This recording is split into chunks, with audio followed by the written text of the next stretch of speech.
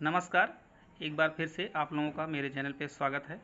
चलिए, परसेंटेज का एक बहुत अच्छा सा क्वेश्चन दिल्ली पुलिस का जो है लेके आए हुए हैं हम। पिछले वीडियो में आप लोगों को 3-4 क्वेश्चन बताए थे, जिसमें एक क्वेश्चन सीजीएल का अच्छा भी था।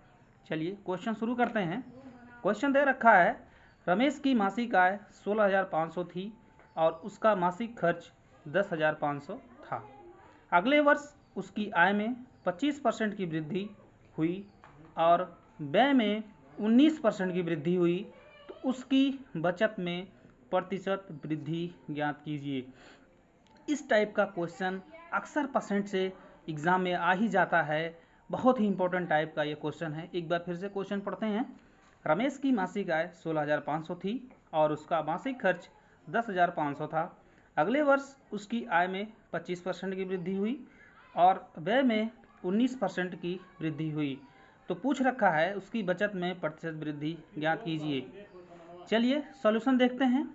इनकम उसका था 16,500, एक्सपेंडिचर था 10,500। आपको पता होना चाहिए कि आय में से खर्च को घटाते हैं तो बचत बनता है। सीधा हम रेशियो पे लगाएंगे क्वेश्चन। 16,500 इनकम था, एक्सपेंडिचर 10,500 था, 2 जीरो कैंसिल आउट हो जाएगा। यहाँ से जब 5 से कैंसिल करेंगे तो इनकम और एक्सपेंडिचर अर्थात आय और व्यय का अनुपात 11:7 होगा। तो सोचो, अगर इनकम 11 है और खर्चा 7 है तो बचत कितनी होगी? 4 होगी। अब क्वेश्चन में कह रखा है कि अगले वर्ष उसकी आय में 25% की वृद्धि हुई, तो हम मान लेते हैं रेशियो में कोई भी चेंज आप अपनी तरफ से कर सकते हैं। तो हमने 11 को मान रखा है, डबल जीरो बढ़ा लेते हैं दोनों में। ये डबल जीरो 1100 हो जाएगा, इनकम, एक्सपेंडिचर 700 हो जाएगा। ऐसा क्यों करते हैं? क्योंकि हमें 25% की वृद्धि और 19% की वृद्धि करनी है और डायरेक्ट हम रेशियो पे करेंगे तो पॉइंट में जाएगा। पॉइंट से बचने के लिए हम डबल जीरो बढ़ा लेते हैं, जिससे क्वेश्चन आसान हो जाएगा। यहाँ डबल जीरो बढ़ाएंगे 1100 हो जाएगा और यहाँ 7 में डबल जीरो बढ़ाएंगे तो 700 हो जाएगा और बचत में डबल जीरो बढ़ाएंगे तो 400 हो जाएगा। अब नई वैल्यू आ गई है कि इनकम अगर 1100 है, एक्सपेंडिचर 700 है और बचत 400 है। अब क्वेश्चन पढ़िए, आय में 25% की वृद्धि हुई। 25% 1/4 करोगे, 1/4 25 से मल्टीप्लाई करोगे 275 बनेगा। 275 इनकम में ऐड कर दोगे तो इसकी वैल्यू आएगी 1375। इस प्रकार कह रहा है एक्सपेंडिचर में 19% की वृद्धि हुई। 700 का 19% निकालोगे तो 19 सत्ते 133, तो यहाँ से 100 बढ़ाओगे तो आपकी वैल्यू जो एक्सपेंडिचर की होगी 833। अब नया इनकम 1375, नई खर्चा 833।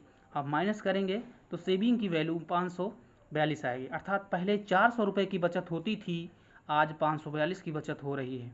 वही पूछ रखा है कि बचत में प्रतिशत वृद्धि कितनी होगी। तो 400 से 542 कितने की वृद्धि हुई? 142 की। किस पे? 400 पे इंटू 100। 100 से कैंसिल करेंगे 4 से और 4 से डिवाइड करेंगे तो इसकी वैल्यू कितनी आएगी? 35.5%।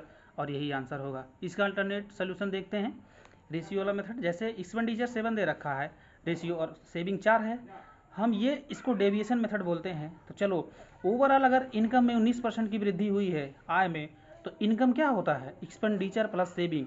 तो 25% की वृद्धि हुई है और एक्सपेंडिचर में 19% की वृद्धि हुई है, जबकि बचत में पूछ रखा है तो बचत में हम मान लेते हैं कुछ रहा होगा और ओवरऑल 25% था। तो यहाँ कितने परसेंट की कमी हुई है एक्सपेंडिचर में? 19%। तो कितना कम है? 6 कम है। कितने रेशियो पे? 42 पे। 6 सत्ते 42। ये 6 कम है तो इधर हम 6 बढ़ा देते हैं तो 25% बढ़ा ही रहा होगा। 25% तो 42/4 हो जाएगा। इसको कैंसिल करेंगे तो 10.5% आएगा और 25 प्लस 10.5 35.5% इसका ओवरऑल डेविएशन से आएगा और यही आंसर हो जाएगा।